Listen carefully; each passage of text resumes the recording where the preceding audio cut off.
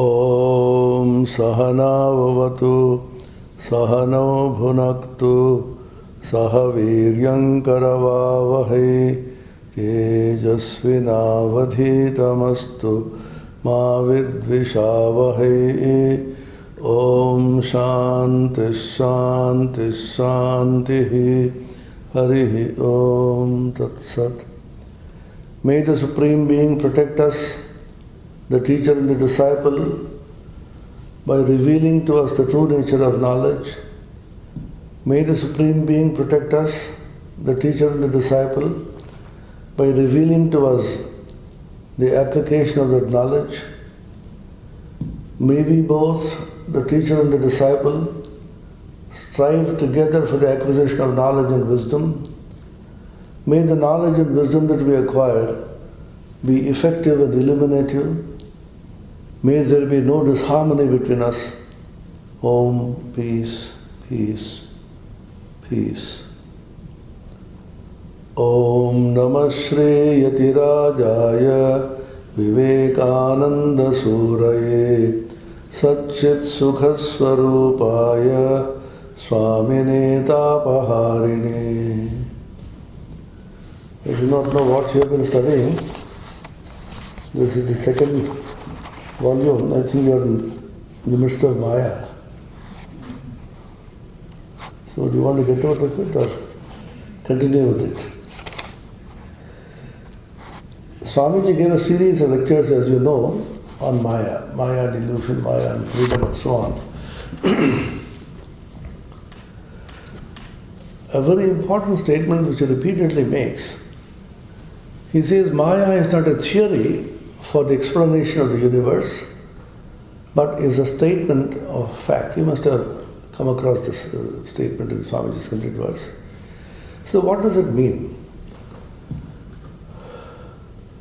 The fundamental question in philosophy, as well as free thought, is how the one Supreme Being becomes the many. You should remember, philosophy, religion, theology, all is only for the elevation of the human being. It's about our daily life. We should not think, at least in the Indian context, that philosophy is something which is divorced to life. It's an academic subject which you study. The English word philosophy comes from love of knowledge, as you know, the original root, from Latin, love of wisdom. But the Indian word for philosophy is darshana, means actual perception or seeing. Comes from drisha dhatu, means to see. What you actually see in daily life. So the Upanishads, the great Vedanta philosophy, are not about metaphysics, they are not about philosophy, philosophical speculations, they are not about theology, they are not even about practices. They are simply certain fundamental questions that you ask about daily life, daily experience. You ask certain very simple questions for which you get very profound answers. That is Upanishad.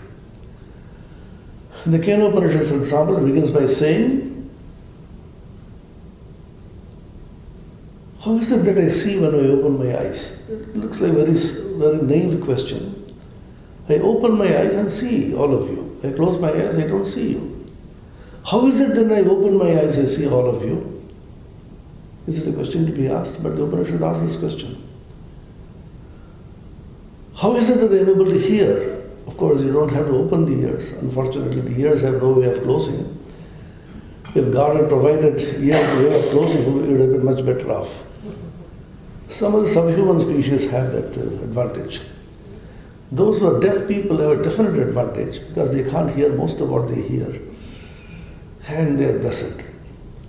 All the reactions that take place in our mind because we hear too much of things which we should not be hearing. So how is it the ear is able to hear? How is the mind is able to think? Ke neshitam patade preshitam mana kena prana prathama praiti yukta ke neshitam vachamimam vadanti chakshushrotram kavadevo yunakti. The first question, statement. Who is that person? Who is the luminous being, if at all, who is impelling all this to happen? Who is the person who is impelling me to speak and impelling you to listen? Who is the person who is giving me the inspiration to be able to see what I am seeing, to listen to what I am listening? Is there anything apart from the senses which is making this happen? We normally think the eyes see because the eyes see, the ears hear because the ears hear. What is so great about it?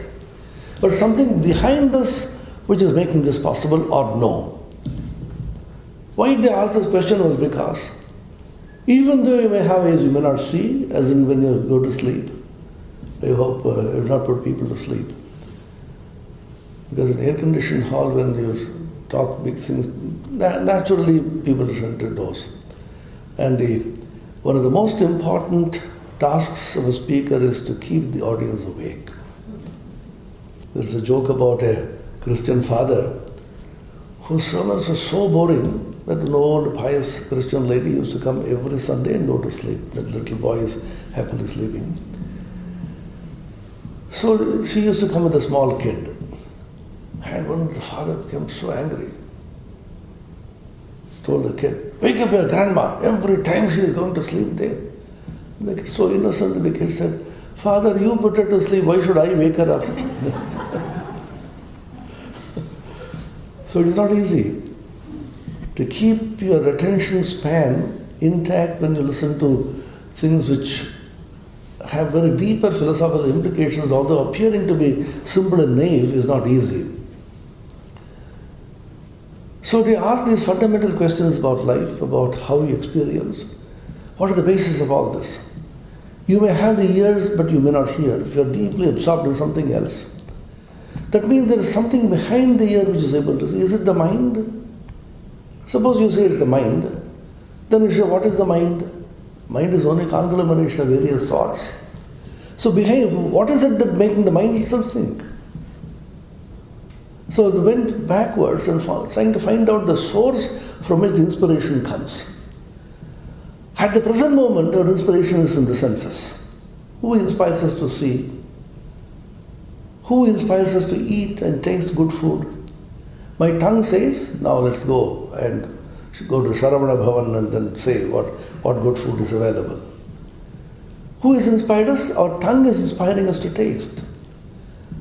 I want to listen to some good music. My ear is inspiring us to hear. The senses are our source of inspiration. But can you find out what is behind the senses, which could be the source of inspiration? The Upanishad is discovering. It is not postulating. It is not explicating. It is not theorizing. It is just inquiring into the source of the inspiration and trying to discover what this inspiration could be. It is like a scientific discovery. You go with an open mind and ask these fundamental questions. Suppose you say, why should I ask these questions? I'm quite happy. My mind is thinking, I'm hearing and I'm eating. I'm going around this rigmarole of this daily life. I don't feel the need of asking these questions. The answer the Upanishads will give is your time has not come, you wait for some time. When hard knocks and blows will come from life, when you have to wake up and think, why am I suffering like this for things I don't deserve to suffer? That fellow did it to me. Nobody does anything to you, you suffer because of whatever reason. Then you have to wake up. But intelligent people, inquiring people, human beings, rational beings, They ask certain fundamental questions and try to find answers for them before the shock treatment begins. Some people come and ask, "Oh Swami, why do you need all this?" "Oh, of course you don't need all this. Wait for some time. You come back when you really will be asked to wake up, when two tight slaps are given on both the cheeks by nature. Not by anybody. Nature is going to give you this." So we ask these questions before nature becomes very active. Why does nature give you blows? That's the nature of things. Unless you have wisdom, you are going to get beaten by nature. Wisdom alone can save you. This has been the eternal discovery of thinking men, not only religious people, wisdom, wise people, scientific people. Wisdom alone can save you. Knowledge alone can free you. As Christ said in the Bible, "Thou shalt know the truth, and truth shall make thee free." Truth alone can make thee free. A prediction which was made by Albert Einstein 100 years ago of the gravitational waves, exactly after 100 years it was proved. Einstein did not say whether it is true or not. Einstein said, "I have proved theoretically that it has to exist." Experimentalists will come and say, "Oh, I can't see this, it's your business. You don't find it, what can I do for it?" After 100 years it was proved, and then somebody got the Nobel Prize for it a couple of days ago. There's a story of Einstein. I suppose you know, the special theory of relativity was propounded by him in 1905, exactly 3 years after Swami Vivekananda passed away. And after 10 years, 1915, he propounded the general theory of relativity and theory of gravitation. This is well known. And after about 10 years, the theory of gravitation was vindicated by his contemporary, Arthur Eddington, who was a great astrophysicist, when he did experiments with total solar eclipse. And the prediction made by Albert Einstein was exactly vindicated. The red shift, the amount of shift which he predicted, a telegram came to Einstein to say that his theory has been proved to be right, indicated. Einstein was sipping his lazy tea when Elsie, his student, came and said, "Sir, your theory has been proved to be right." Einstein did not even bat an eyelid. He said, "I knew it was true." Then she said, "What you would have done if it had been proved not to be true?" Then he said, "I have done very sad for God, but I knew I was right." That is the power of theory. The theoretical physicists, theoretical people, these Upanishads for example, they were sure of it, but they have discovered, they have seen it. If you haven't seen it in an experiment, it's your business, and you will find it sooner. And if they can be proved to be wrong, then they are willing to change it also. That is the inquiry of the Upanishadic seers. That's why Swami Vivekananda said this is not a theory. This is just they are trying to state what is happening, inquire into it and discover, and through a discovery, change your life for the better, for the welfare of humanity. The ultimate aim is to do good to humanity. Sarva bhuta hite rataha. There is a word used in the Bhagavad Gita and many scriptures. Sarva bhuta, all beings, hite, for the welfare, for the good of all beings. What is the use of a theory if it doesn't help you to become good, become the holy and pure and live a noble life and help others to live such a life? Now the question asks, which is the source of inspiration, as I was telling you? Then they discover there is something else behind all this. What is the language in which you can express this? If there is something behind the ear which makes the ear hear, something behind the eye which makes the eyes see, something behind the mind which makes the mind think.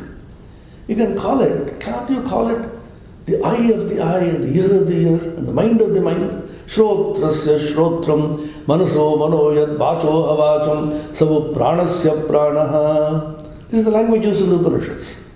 So the Upanishads are inquiring into this. So the fundamental question which is troubling humanity is, how does the one become the many? Either the one is true or the many is true. If the one is true, how did the many come into being? Suppose you say, why do you ask such funny questions? Let the many remain as many, men one as many, then let me go to sleep. But the difficulty is you can't but ask these fundamental questions. Human beings will ask these questions because the human mind is always unifying. It unifies knowledge, it classifies knowledge, it generalizes knowledge. There are three fundamental tendencies: unification, generalization, and classification. Those of you who have read the periodic table of elements, when young boy is sitting there, you must have definitely gone through this. Most of you must have gone through this. Periodic table of elements. People found out so many elements. When they found it, there are so many elements, there will be some way of classifying them. It doesn't look, I feel very uncomfortable with so many elements. Just like when you go to a shop or even your own room, so many things, you classify them. In the computers, for example, so much of data is coming and pouring down, you classify this data, you have small folders for this and that. Now, the data is pouring in such tremendous speed, all of you know, that it's got a big data. You must have heard this word. Now the in thing, as they say, in what is called the data science, it's becoming a big science now. It's called the big data analytics. We have started a course on that recently. Big data analytics. So how to analyze huge data? Classify this data, classify them in a particular way, and then present it. The periodic table is to be classified, how the elements have to interact. How does one element interact with the other element? What is the possibility of this interacting with that, and so on. You know, remember the periodic law?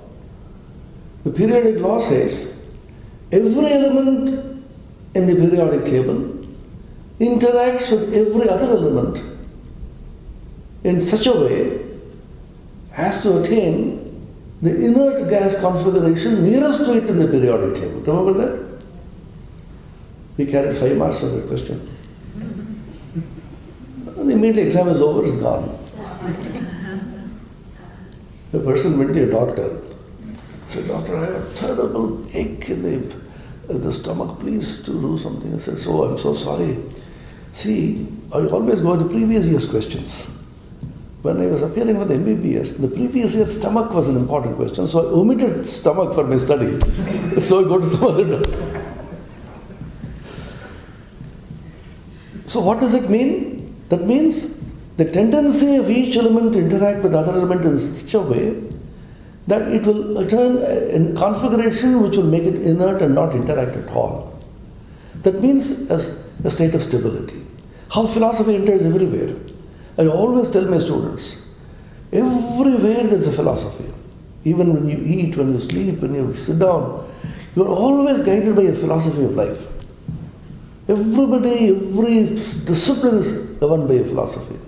Every law in science has been discovered based on a certain philosophy. So when you attain the inert gas configuration, you don't have to interact and you're absolutely lazy.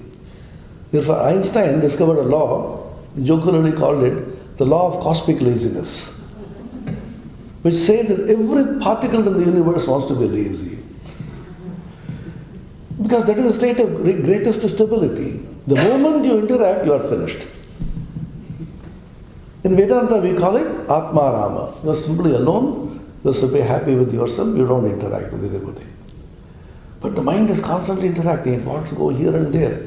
Now, the greatest trouble with interaction is you have the Android and the mobile and then the Facebook and the Twitter and all kinds of things. You keep on. I see everybody. Nobody talks to anybody. They keep laughing because videos are being shown there. Virtual business. No, it's not virtual. You think it's real. So you can't be happy unless you keep interacting. Remember this. How? See how we are caught up in interactions. We are not happy unless we begin to interact. So the moment you cease to interact, you are most happy. What is that state? Deep sleep. That is the state in which you have the greatest relaxation. Why I am saying this is because somehow the many has come into existence out of the one, because classification. The human mind wants to classify and then go to for unification. Those of you who have been exposed to physics will know there are certain fundamental forces of nature. Gravitation is one important force, as you know. Electromagnetic force. I'm not trying to teach you physics, but strong force and weak force. These are the forces of nature. Then somebody came and said, oh, can't be four forces like that. Can you think of one force from which all these forces can be derived? See how the human mind is working. Human mind asks a fundamental question, how all this manyness can be thought of as manifestation of oneness. Suppose you ask, what is the need of such an inquiry? The need is, you can't be satisfied unless you find the one. What happens when you find the one? You're happy. Because the manyness is interaction. When you find the one, you stay put. Tada drashta swarupe avasthanam. Drashta remains his own state. When it's his own state, it's called in Sanskrit, staying put in Sanskrit is called stha, sthita. And swarupe sthita, swarupa stha. Then instead of the swarupa is also too huge, make it swa. Nowadays we always abbreviate. Acronyms have become very important now. So swa on one's own, sthita, stha, swastha. You coin a word, swastha, a person who is stay put in himself. From that you derive the noun swasthya. Stay putness, if you want to put it that way. So the word for health, Swami Vivekananda said, in India, in Sanskrit is swasthya. Swasthya means just you are your own self. When you stay put in your own self, you are the most healthy. You become unhealthy when you move away from yourself. So the whole philosophy of health in India, in Ayurveda, is that you come back to your own self. Why do you move around? Apanate, apani, te komon. The beautiful song which Ramakrishna used to sing. Oh mind, just stay put in your own abode. Why do you move around here and there? So the one has to be sought because the manyness is disturbing. If you have the many, you keep on interacting with so many friends on the Facebook and so many emails addresses to manage. Keep on being bombarded with people, voices. And if nobody calls you, you feel unhappy. I should be calling somebody. And sometimes people, I've seen, they call somebody not because there is any need, because they have to call somebody. Oh, why did I call you? Just like that I call you. How are you? I'm well. You are well. And finished. What is to do now? The mind is so restless, they constantly it has to interact. It will cease to interact only when it contains the one. So these four forces of nature should be unified into one force. So what is the idea? The one has to be sought and the many should be seen as manifestations of the one. Abdul Salam and Weinberg got Nobel Prize for this. Unification of forces. Of course, the gravitational force is still hanging. Now they are trying the superstring theory to unify the gravitational forces. It has not happened so far. That means the human mind always wants to unify and find out the one. And generalization. Vivekananda said, the rishis were the greatest generalizers. And they made very, very bold generalizations. So generalize, classify and unify. This is the basic tendency of the human mind. When you have so many elements, try to classify them. So many forces, try to unify them. So many particles exist. Some of you have studied the nucleus and the electrons, well known, everybody knows it in the school physics now. In the nucleus there is the proton and the neutron. And people felt uneasy. Oh, can be two particles? Let's have one. But if there are two, what can I do for it?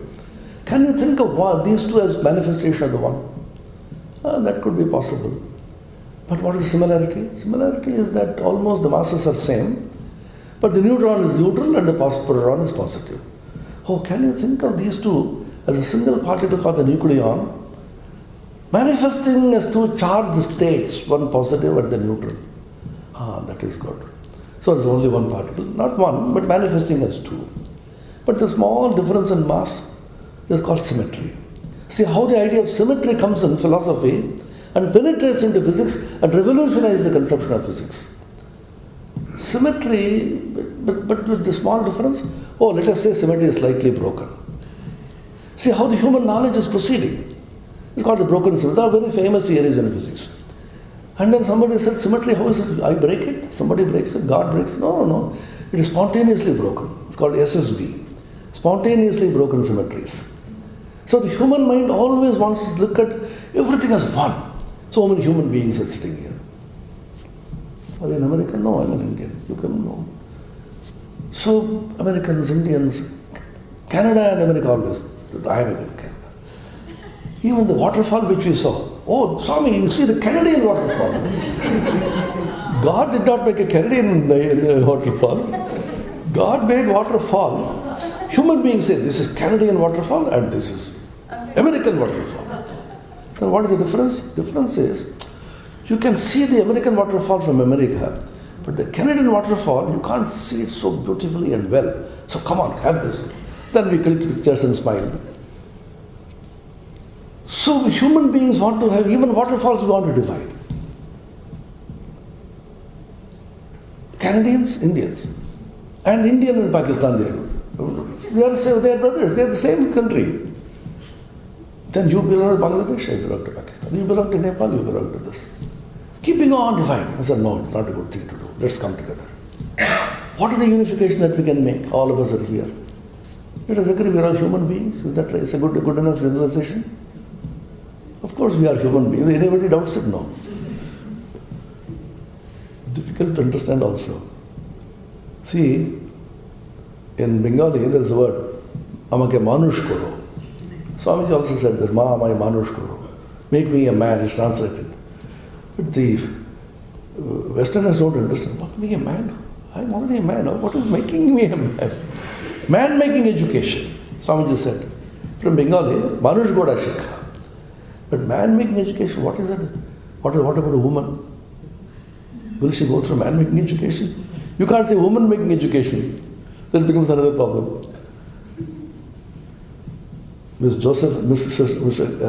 Sister Christine made a wonderful statement. She said, Swami Vivekananda wanted of every person a quality called manliness. From every man and from every woman a similar quality for which there is no word. You can't call it womanliness, but you can't call manliness for a woman. So what is the word by which you describe it? So these are problems. Now man-making education, gender discrimination is a huge issue in nowadays. So I used to say, Swami, I tell Swamiji, you see your man-making education will be in trouble now. Swamiji said a person going through the education will be a full, complete human being. That's what he said. The difference is, when a cat gives rise to an offspring called a kitten, it is born a cat and continues to be a cat.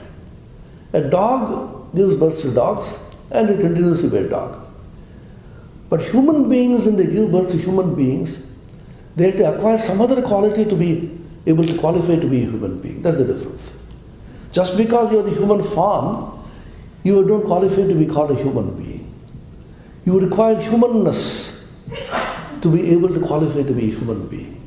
A dog is a dog because it is born a dog. A cat is a cat because it is born a cat. A human being is not a human being just because he has the form of a human being. That's why education, then elevation, spirituality, religion, all this come in. So we ask this question, can you unify all of us by calling us a human being? Oh, that thing is good enough. There's a cat coming there, so what about me? Oh, cat is very much part of our family nowadays. People can't live without cats and dogs. Usually people don't like to talk to human beings, but they'll continue to talk to dogs. You know, there is a famous book by George Mikesh, M-I-K-E-S. He used to call himself Mikesh. He has written very humorous books about various countries. He was a Hungarian humorist and is a satire in Britain. It's called How to Be a Brit, that is the book. And he wrote a book, How to Be an Alien. Because somebody said, he was a Hungarian, said, you are an alien in this country. Then he said, I am an alien in my own country? Yes, truth does not depend upon geography. So he wrote a book, How to Be an Alien. It's a very funny book. About the British, he says, the British are very stiff. They don't talk to people unless they're introduced. Do you know that story? Two British are sitting together. They should be introduced to each other, otherwise they will not talk. There's a story of two British sitting there. They're called stiff upper-lipped. They'll sit like that.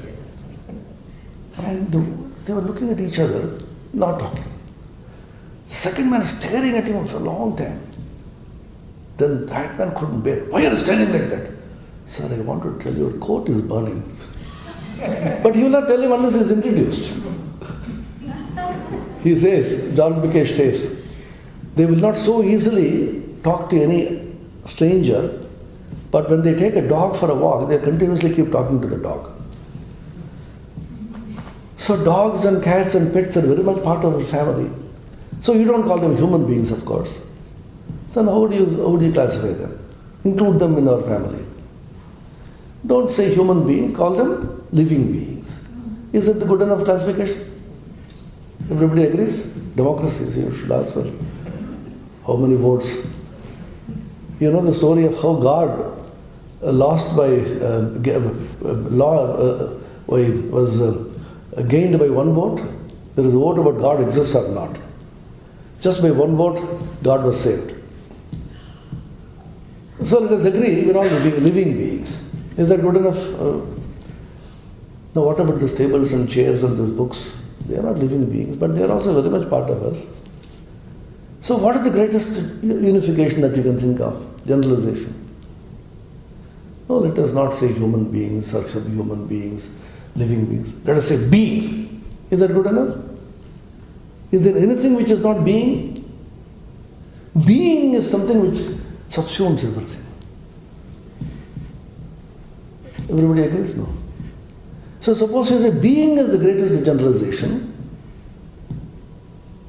What is this being? The being is something which is ease, easiness. What are the characteristics of a being?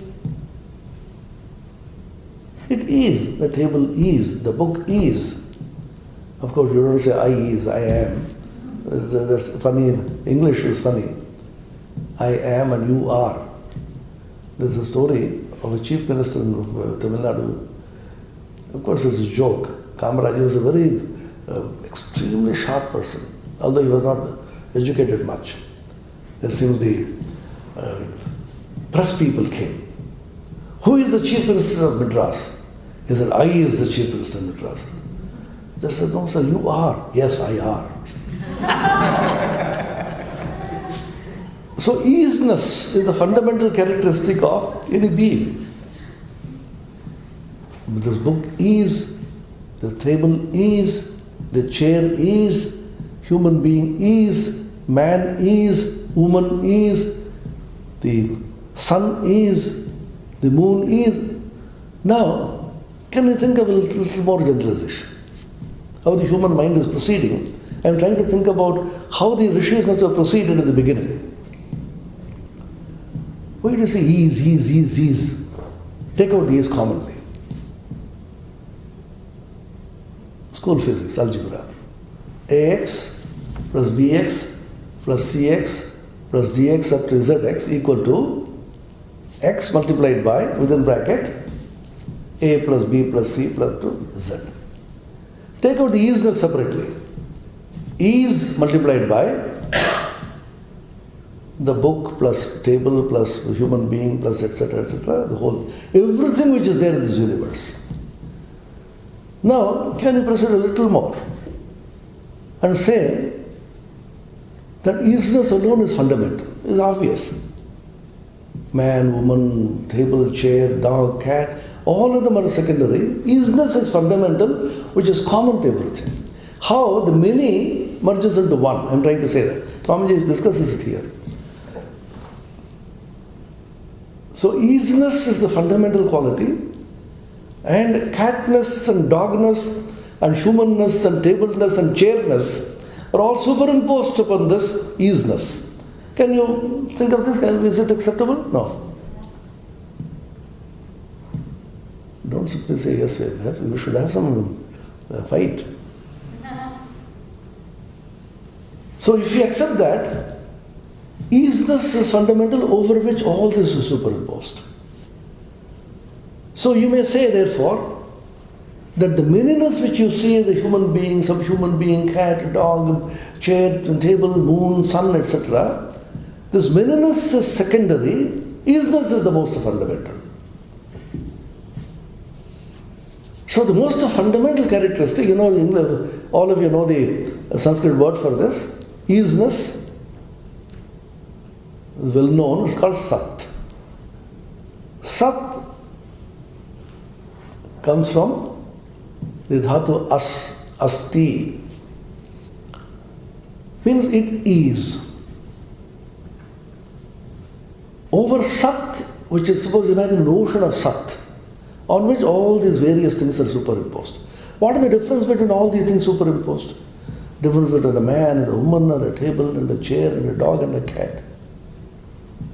The difference is, a man has a form of a man, a woman has a form of a woman, a cat has a form of a cat. And the name given to it, you are a cat, you are a dog. Of course, in English or any other language, we teach a child, this is an apple. A for apple and B for boy, we studied. Now the whole thing is changing now. When you say A for apple, it knows the apple, the computer. P for pen drive. F for floppy disk. G for Google. The modern things are changing now. I for internet. Then the child will immediately understand. What is I? Mom, I is internet. Do you follow it? Yes, it follows. Now secular, in India we have come from a country in which we should not talk about religion much. Everything should be secular. When we were children, we used to say Ga, Kha, etc. Ga means Ganesha. Ka means Kali. Now it's not, don't talk about Kali and Ganesha. Secularization. Ga means Gadha. It's secular. So all these things which you see have different forms and names, that's all. What else exists? What is the difference between all of us? Our forms and names are different. So now, can you say that Sat is the only fundamental entity over which names and forms are, as it were, superimposed? If the names and forms are eliminated, there is only one vast, simple entity. So can you downplay the name and form? Now you don't eliminate it. Of course, I have a huge farm of 100 kg, I can't eliminate so easily. You downplay it. Don't give importance to names and forms. You concentrate on the Sat Swarupatva, the innate Satness, the existence aspect of a person, or a human being, or a thing, or whatever. The focus should be on the Sat and not on the name and form. There is a beautiful shloka which says there are three things which exist, which describe the supreme reality, and two things which describe this world. If it is Asti, Sat, how do you know Asti? How do you know the table exists? Because I see that the table exists. For everything we need a proof nowadays. Children will ask, do you prove that God exists? Two children were quarreling. One child said, how many stars are in the sky you see? You tell me. The second child was very smart. Oh, do you know? I will tell you.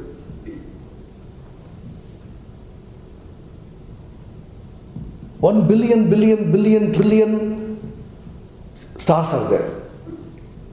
You prove it, you count and see. That is the proof. So there are certain things which you can't prove, which I can't disprove. So let us agree. God is one such entity. Suppose you say you prove that God exists. You prove God does not exist, like this. There are certain truths which are true, which are neither provable nor disprovable. Do you know the statement? It's called the Gödel's theorem. Some of you must have heard about this. If you want to know more, go and Google it. Nowadays, Google has become a verb now. You don't say go and look for Google. Google it. Godel, a very famous Austrian who demolished the citadel of mathematical logic by Whitehead and Russell and so on. Is that formalistic mathematical logic has its own limitations. Everything can't be logically proved or disproved. Is that there are certain truths which are statements which are neither provable nor disprovable within the framework of mathematical logic. That's even now it's a devastating theorem in the last century. So you can't prove or disprove anything. What is the proof? Suppose you ask, what is the proof of anything? What is the proof that you are sitting here? Can you prove that you are sitting here? No, seriously, it's a very serious question. But I'm laughing it away, but it's a very serious question. What is the proof that you are sitting here? The proof is I am sitting here, that is the proof. Which means, I am is a proof that I am. Vedanta says, you take a cue from this. I am is the most fundamental. That I am does not need any proof. So Ramakrishna said, I have seen God just as I see you. What is the proof? Proof is I have seen him, that's all. Either he's telling a lie, he's a hypocrite number one, and Ramakrishna I think is a good man, he will not tell lies. So you have to believe that it is true. Somebody comes and tells you, I have seen Kali as I have seen you, I have talked to her, I have moved with her, I have conversed with her. What do you say to this? You simply have to bow your heads in reverence. Nothing can be done when you see something and say it. They call darshana. You have heard of Srinivas Ramanujan. All of you must have definitely heard about him. He was a mathematical genius. He used to write down in his notebook so many theorems. His great mentor, Professor Hardy, who took him to England, he used to be astounded. Ramanujan, how do you come up with these theorems? He said, sir, what is the proof? Ramanujan says, proof? Sir, I see that they are true. For him, they are true. Then he said, how do you find out these theorems? He said, the secret is, I worship a goddess of Namakkal, the place from which he came in Tanjavur in Tamil Nadu. Namagiri is a place. That goddess, that Devi, comes and tells me in dreams and visions. So I write down. Hardy said, this boy is doubtless a great mathematical genius, but hopelessly religious. There are certain truths which are beyond your logic, beyond your mind, beyond understanding. They are true things which exist. You can't pursue them through your logic. That's why Ramakrishna said, Vicharayat, Vajragat ho, smash your logical mind. Logical mind can go only to a certain extent and not beyond that. There are more things in Horatia than thought of by your philosophy, Shakespeare said. So the proof of isness is isness itself. The proof that I am existing is that I am existing. So existence does not require anything else apart from existence to prove it. Do you agree on this? No. Don't go on shaking me. So existence is fundamental. Existence does not require anything else apart from existence to prove its existence. So it is called in Sanskrit, it is just revealing itself. Nothing else is required to reveal it. This book is revealed because the light is falling on this. That I exist need not be proved by anybody because I exist. So existence is self-revealing. The Sanskrit word self is Swayam, revealing is Prakasha. Swayam Prakasha. The Swayam Prakasha Jyoti. It is constantly revealing itself. So this existence which is constantly revealing is Ananda. Why? Because this existence which is conscious existence, nature of consciousness, because it is self-revealing, That can't be many. Can there be many existences? I exist, you exist, she exists. Suppose you take the existence and take away the Namarupa, the name and form, existence has to be one. And the existence has to be infinite. Why? Because infinite can't be many. Vivekananda gives this argument. If there are two infinities, one will limit the other, both will become finite. So infinity has to be one. If infinity has to be one, it has to be me. Why? Because apart from me, there will be two. So Tattvamasi, you are that infinite. Simple logic. Mahavakya, you are that infinite self. You are that existence, you are that knowledge. And this existence which is infinite does not get divided into two or three or many.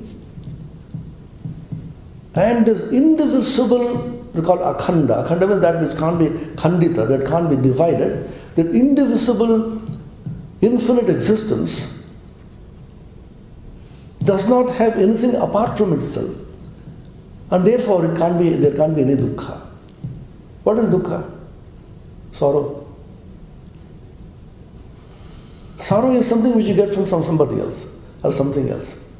That person came and insulted me. I'm so sad, I will see them. You get so much of dukkha. Or suddenly the mosquito comes and bites me in Belur, we have many. And whenever new sadhu comes, it's very happy. Because constantly drinking our own blood, it's tired now. Through various beings called Adi Bhautika Dukkha. Various beings, human beings are also there, and mosquitoes and rats, and our mothers know, in kitchen we have cockroaches. Usually women are very much afraid of cockroaches. This is a big problem. Rats. And some of you must have seen the famous movie by Hitchcock on the birds. It was about 50 years old. Oh, terrible movie it was. Suddenly all the birds in the universe, in the world, they unite together and start attacking humanity. Human beings are running for their lives. The birds such ferociously attack them. We will be nowhere. Some years ago, there's a report in the newspapers. Snails. Do you know snail? In Bengali called shamuk. Nattan Suratamana. So the snails started invading the various villages. So in one village in Bengal, people go and see the bedrooms full of snails, hundreds of them. They go to the kitchen, there's thousands of snails are there. The whole village has to be evacuated. That's the power of nature. So you can't be anywhere unless nature cooperates with you. So this existence which you have has to be without dukkha, because this dukkha coming from the beings called Adi Bhautika Dukkha, from snails and cats and rats and cockroaches. And dukkha coming from your own body and mind. You have a toothache, you have a headache, you have a stomachache. The ache of the mind also. The mind also keeps on aching. Somebody insulted you, somebody didn't give you the things which you thought you deserved. Everybody thinks I deserve so much. There is the problem. But God thinks otherwise. So there is a dukkha. And Adi Daivika dukkha. Suddenly there is an earthquake. Suddenly there is a tsunami. Suddenly the sea decided that I will go and invade the earth. Then what do you do about it? You keep off from the sea. Why did you go so near the sea? You have tall buildings near the sea and then glorify yourself. Suddenly the sea decides, come on, let me send a wave and wash off that building. Tsunamis. So these are all dukkhas over which you have no control. Although the environmental activists say this is also man-made to some extent. So we have so many kinds of dukkha. They are possible only because existence is divided into two or three or many. Existence is just one. Who gives sorrow to whom? Example? See, Upanishads and Vedanta are based on daily experience. Remember this. Unless you have a daily experience to back it up, this theory has no meaning. Deep sleep, sushupti, you are in great joy. Everybody says, I'm so tired, I'll go to sleep. You are going to not to exist. And you are happy to lose your own existence. Because in losing your individual existence and merging into some universal existence you do not know what, you get joy. So unless there is a division, there can't be any sorrow. So if there is no division, there is indivisible oneness, existence, which is self-revealing. It has to be the essence of joy, Ananda. So it is one, it is not divisible, it doesn't break up into different things, and therefore this which you see is Sat, is Chit, and Ananda. And that you are, that I am. You and I are not separate. In that state, all of us will become one. So the ultimate reality is a Sat Chit Ananda Swarupa. This Satchidananda Swarupa, which is one and indivisible, how does it become many? This question Swamiji raises this and discusses in the Jnana Yoga lectures, as you have seen, which you are studying now, the Maya lectures. This question has been agitating human mind since time immemorial. Some people said the many is not real, the one alone is real.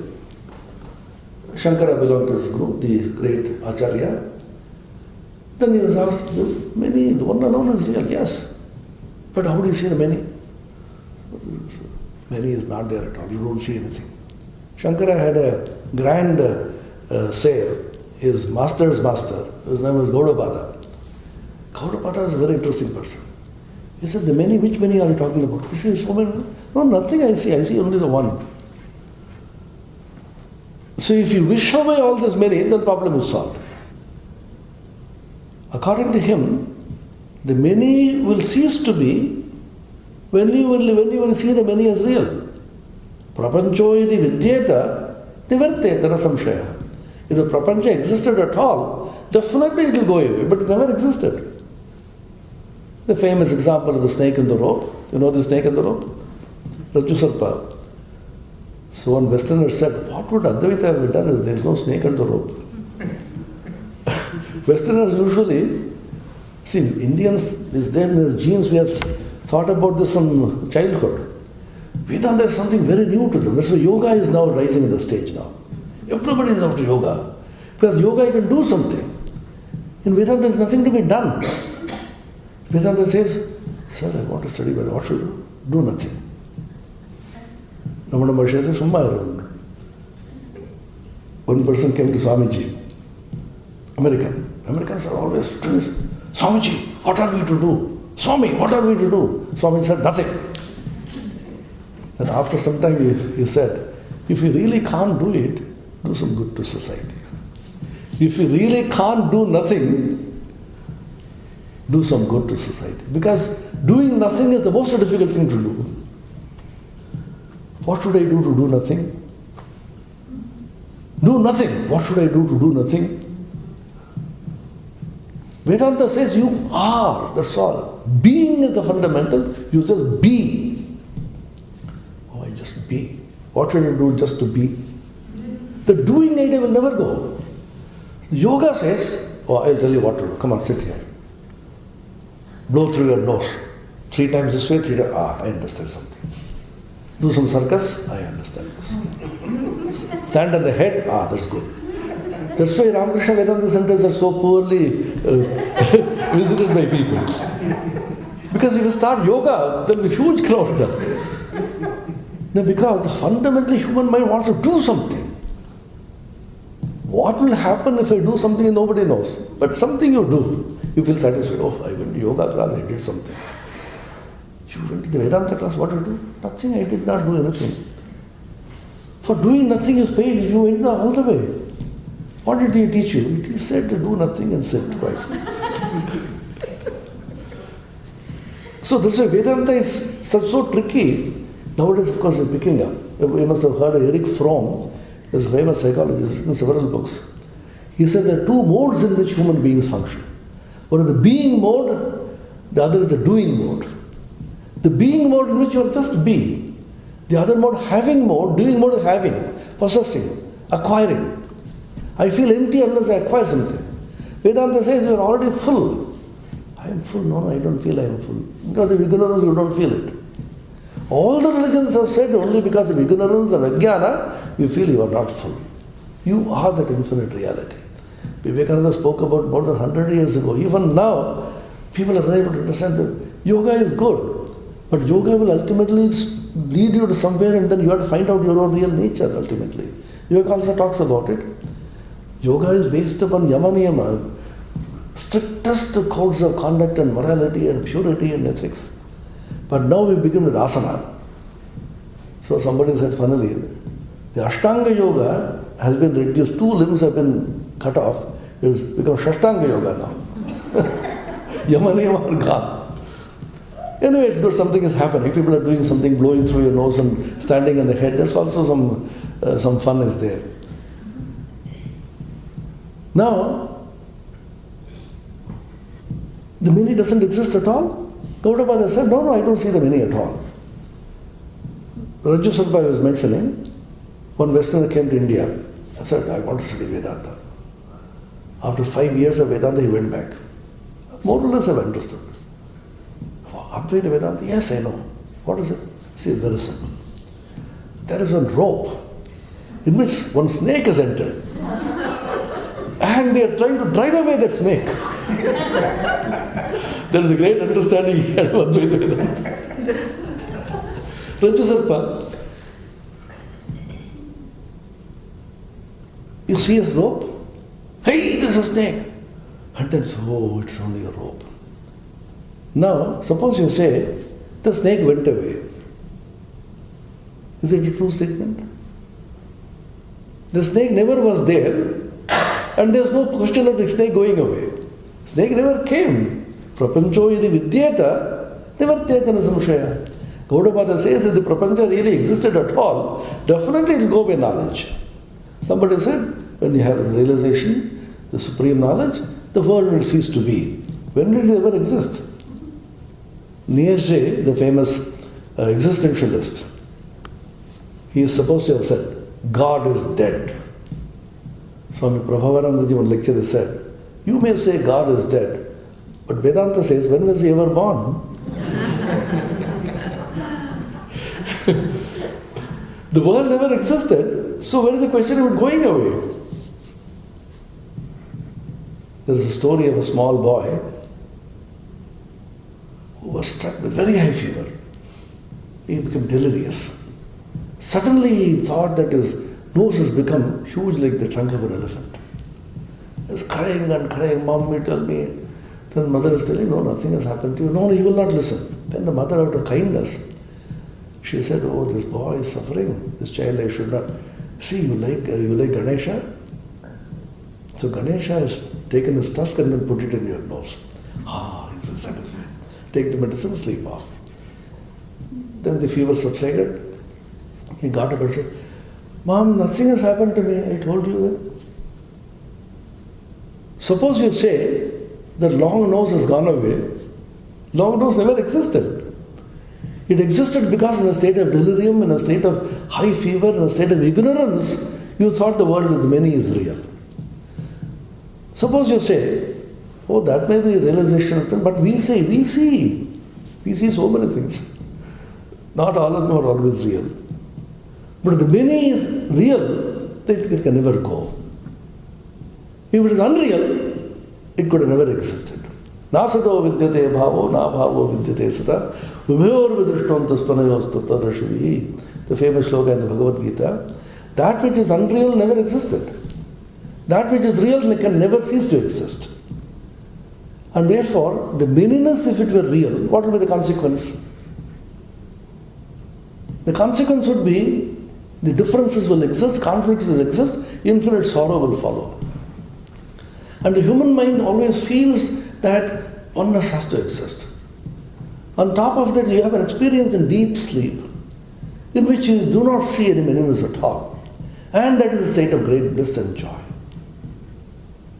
And therefore, there should be a state of existence in your mind, in your consciousness, in which the meaningless is seen as unreal.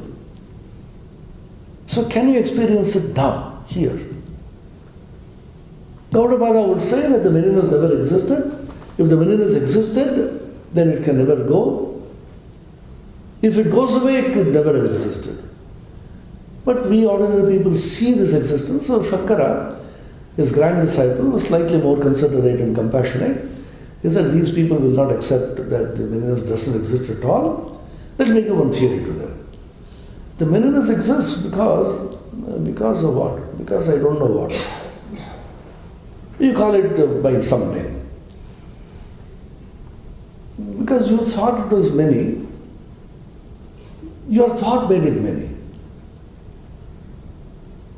There was some amount of ignorance in you. Because of it, like the child, you saw this many. You simply were satisfied, oh, because of ignorance, no, I saw it. Then another insightful man comes and says, sir, what is that ignorance? Where does it exist? I don't ask these questions. Ignorance is something which is undefined. I do not know how the one became the many. Swamiji points it out in the Chicago lecture. The answer is, I do not know how the one became the many. It never became the many. Or if it became the many, I don't know how it became. You say, no, I know how, because of ignorance. Now what is ignorance? That I don't know. You could have said it in the beginning. I don't know, you push it to some karma. This is what Ramanuja came and said. Ramanujacharya came and asked the question. I said, you ask about ignorance, ajnana. What is ajnana? Where does it exist? Oh, that I don't know. There are only two entities. One is Brahman, the other is Jiva, all of us. So is ignorance in the Jiva? Ignorance can't be in the Jiva because Jiva himself is a product of ignorance. That one Supreme Brahman appears to be the Jiva because of ignorance. How can the ignorance be in the Jiva? It's just like saying, a child went to the mother and the parents and said, why are you crying? Why didn't you not call me for your wedding? So if you say the ignorance is in the Jiva himself being a product of ignorance can't have that ignorance. If you say ignorance is in Brahman, the one supreme reality, what is the definition of Brahman? Is Jnana Swarupa. How can ignorance be in the Ajnana be in the Jnana Swarupa? That's also not acceptable. So where does ignorance exist, you want to tell me? Shankara avoids this question totally in the Vashyas. Only in one place in the 13th chapter of the Bhagavad Gita, in the commentary he says, Kasyayam avidya. Whose avidya it is? Yasya drishyate tatra tasya. Who sees that ignorance, it is his. If you see it is ignorance, it's yours. Because this question, Shankara knew it cannot be answered. And he had no interest in answering it. So when Swamiji talks about Maya, he clearly says it is not a theory, but it is a statement of fact. But when do we finish? You tell me, yeah? Because we can... say that God lost one by one vote, Maharaj, you can say that. Which one? God won by one vote that exists. That story tell Maharaj. God won by one vote. Oh, no, that's a story. It's a funny story. That God exists or not, there's a big debate. So everybody asked to vote. Then finally, by majority votes, it's in God won. So now, if you say the theory for the existence of the many, you posit a theory of ignorance called Maya, because of which the one appears the many. Shankara says, no, it is not a theory.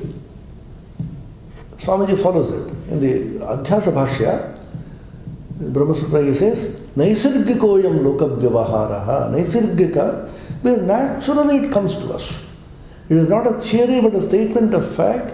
From our daily experience, we see, feel, experience the many. That's a fact of experience. Naisargika means most natural thing which happens. If you say it is a theory, then you should ask what is the nature of ignorance, where does it exist, and so on. What Shankara says, which Swamiji follows, is this is our daily experience.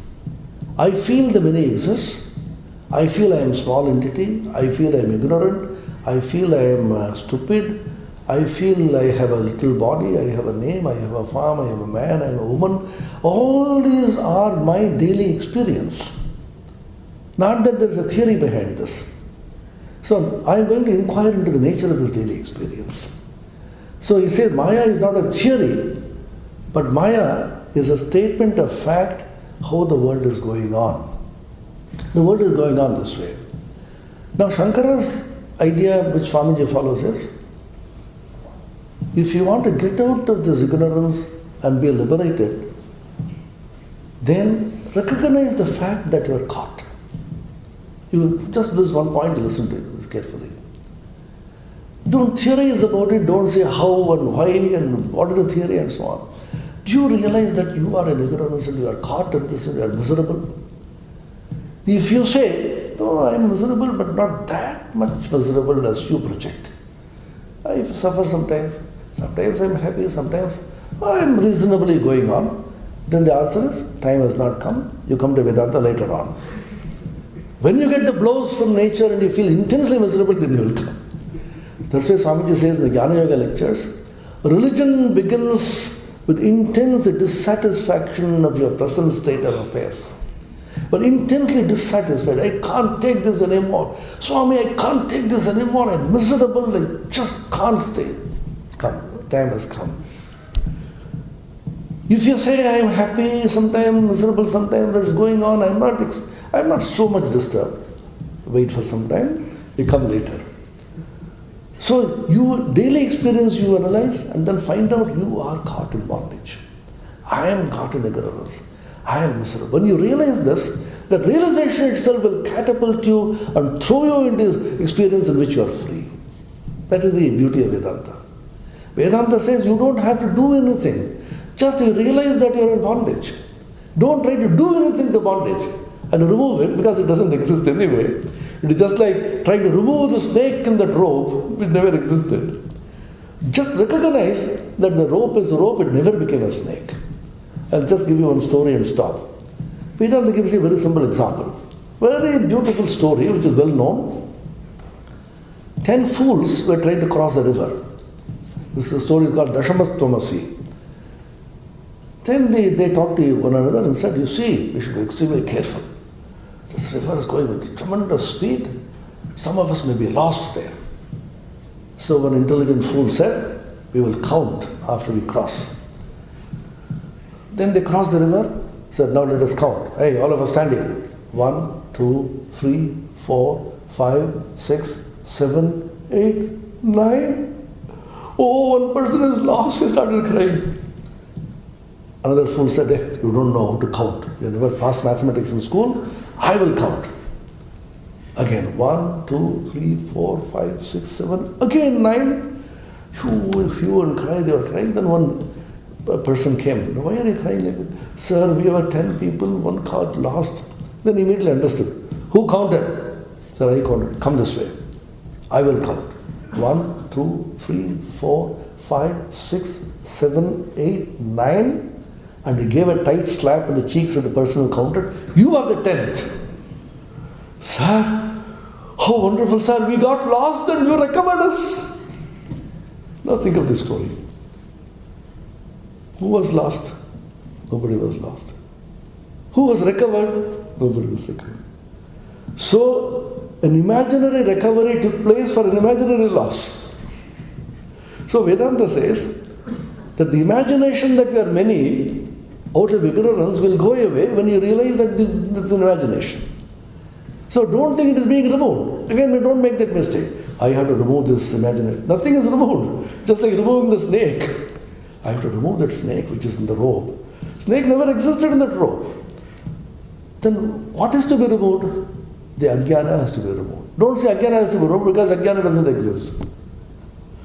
So what is to be done is a big problem. The problem is wake up. That's why Swami Vivekananda once said, I have only one message to give to the world. Wake up, wake up, wake up, wake up. He says nothing is to be done except to wake up. Uttishtata, jagrata, prapyavaran nibodhata. Go to people who are already woken up and then find out from them how to wake up. So when you wake up from this dream and delusion that you're an individual, you are small, you are limited, then that gives you a kind of awakening in which you see yourself as universal. In Swamiji's life, there is a story about Yama Khalve, who was a great opera singer and an actress in Paris. As most of the celebrities are, she was deeply, very much depressed. She wanted to end her life. She came to Swami Vivekananda's study. Swami just sitting, not even looking up. The moment she entered, Swami said, what a terrible atmosphere I brought with you, my child. Calm down, calm down. Your art requires it. Your health requires it. She came and sat there. Swamiji looked into her eyes and spoke about some of the innermost secrets which she had not shared with anybody. She was flabbergasted, dumbfounded, frightened. Said, Swamiji, did anybody talk to you about me? How did you know all this? Swamiji smiled and said, is it necessary? I can read you like an open book. Then his great spiritual Advaitic impulse that you are not a small little entity. Don't brood your secret sorrow. You are that vast, infinite Sachidananda Swarupa and so on. The spiritual impulse given by this great yogi of the modern times went straight into her heart and she started losing herself. The individual is getting lost and she was feeling as if she was getting into a kind of a trance. She started crying, oh Swami, what are you doing? You are taking me away from me. Then Swamiji smiled and said, you are not going to lose your individuality. You are regaining your individuality. Then he told the story with which I end. A water drop was falling into the ocean. And the drop was crying profusely. The ocean said, why are you crying, my child? Oh, I am going to lose my individuality as a drop. The ocean smiled and said, oh, my child, you are not losing your individuality as a drop. You are regaining your individuality as the ocean. You are me. The rays of the sun took you up and you are now coming back to rejoin your billions and trillions of water drops, your sisters and brothers like you. So we are that infinite self. And somehow down the line we have forgotten the whole thing and then thinking we are small, we are little and crying. Once you wake up to this reality, and then we laugh at our own ignorance. Yes? So while coming here, I saw an advertisement in TDC, the subway. It says like amazing things happen when you open yourself up to new experiences and surroundings. And education at St. George University means you may find yourself on another continent, helping people you have never met, realizing when it is all over, the person you help the most is you. Yeah. So are you supporting me or? Supporting. I just took it. Because I couldn't quite get what you're supporting me or no. So we'll call it a day. Just randomly I was discussing certain things. Thanks for your patience and not going to sleep. So we wish Swamiji was here for a few more days and at least for Sunday we will have a nice gathering. But Swamiji is leaving tomorrow morning to Edmonton. He has come to as Vice Chancellor of the Vivekananda University. He has come to make some deals with the University of Alberta in Edmonton. And he will be there, and from there he will go to Houston, and from there to Los Angeles Hollywood Center, and from there he'll fly back to India for a few days. So we're very happy and very thankful to you, Swamiji, for having come and given us time on this small break journey in Toronto. Thank you so much for coming, and I hope you enjoyed it. A little late, but we'll have quick supper and then we'll leave. And go and sleep. Tomorrow work. Om Shanti Shanti Shanti Hari Om Tat Sat Sri Ramakrishna Arpanamastu.